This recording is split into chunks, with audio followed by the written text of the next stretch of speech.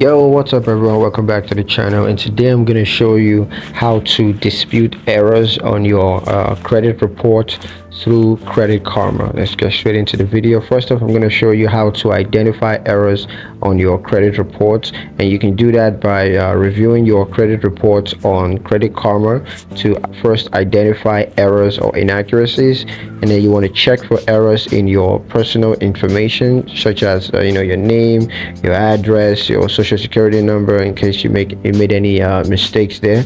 And you want to verify that account information, such as credit card accounts or loans, and you want to make sure everything is accurate.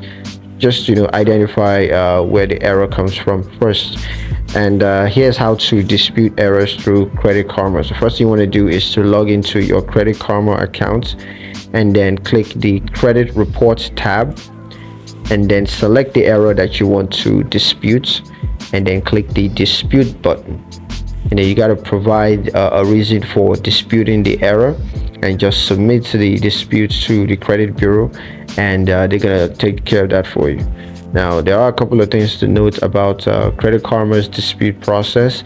The first is Credit Karma will guide you through the dispute process. So they're going to provide step-by-step instructions to help you dispute the error.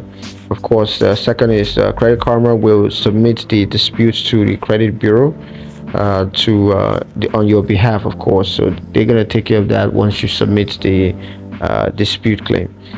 Of course, the third is Credit Karma will track the dispute process. So once you've made the dispute, Credit Karma is going to guide you step by step. They're going to submit, and they're going to follow up with that and notify you of any updates when they're done. So when the findings come out, they're going to let you know.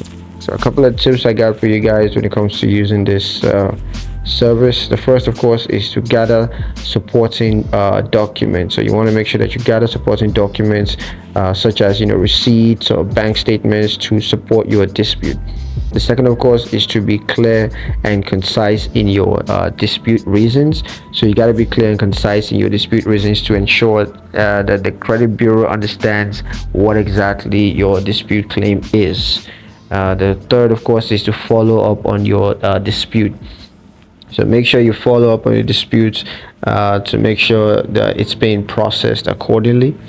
And of course, the final tip is to monitor your credit reports for changes. So you want to make sure you monitor your credit reports for changes to ensure that the error has been corrected.